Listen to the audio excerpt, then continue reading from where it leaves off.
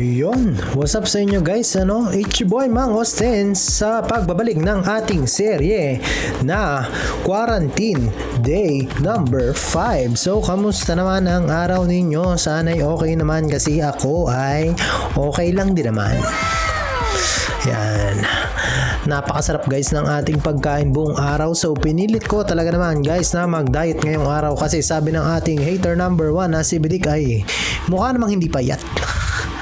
So ayan. So eto na guys, simulan na natin. Magandang gabi sa inyo. Thank you nga pala sa nagsabi sa akin na try ko daw na makipag-interact sa viewer lagi. So ayan, pilitin natin na tumingin sa camera madalas dahil na mabawasan daw ang ating kapugian kung meron man. Sana'y may natitira pa. Ayan.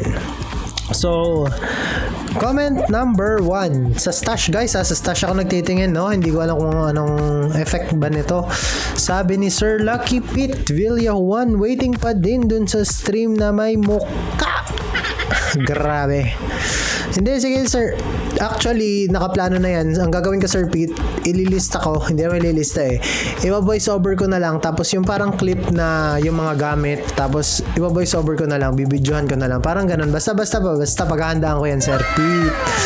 Medyo naging busy lang tayo guys kasi may mga inayos sa opisina, may mga tinurnover kahit nandito kahit isolated tayo, Tapos, shoutout nga pala kay Tita Len Jelly Osinsaw. Grabe naman yun. Ayan. Kaklase ko yun ng college. Napakagaling naman talaga.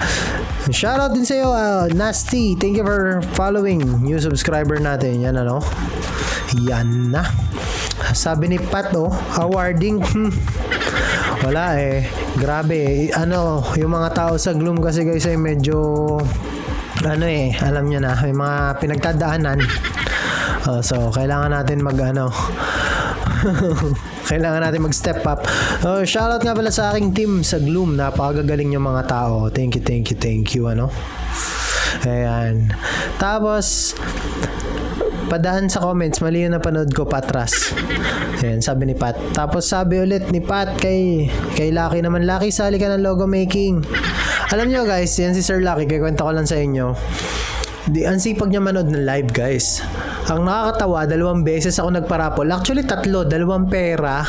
Yung Gcash, 2 Gcash.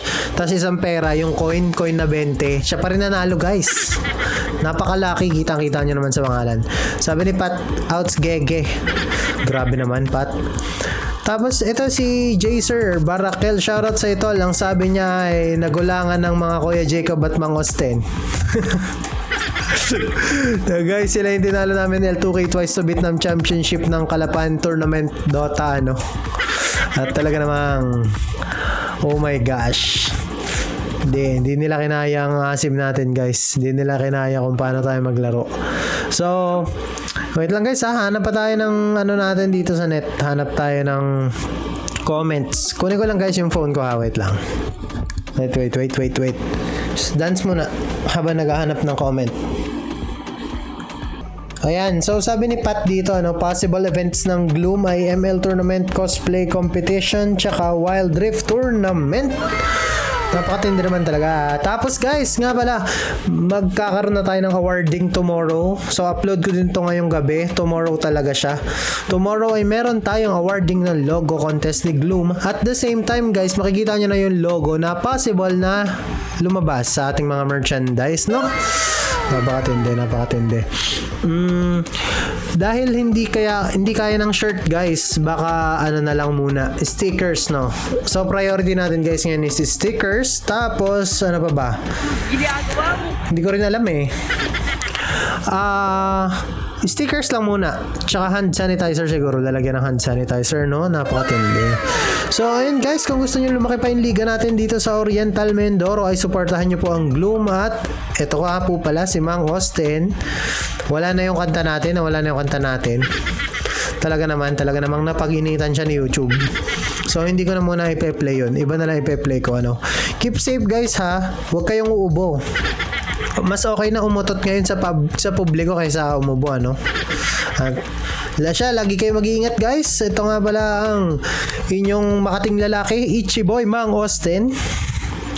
Peace. See you tomorrow, guys. Nga pala, isaswab kami bukas. Wish us luck. Ayan, kailangan namin yan, si Sir Lucky. So, thank you guys, no? See you tomorrow. Peace!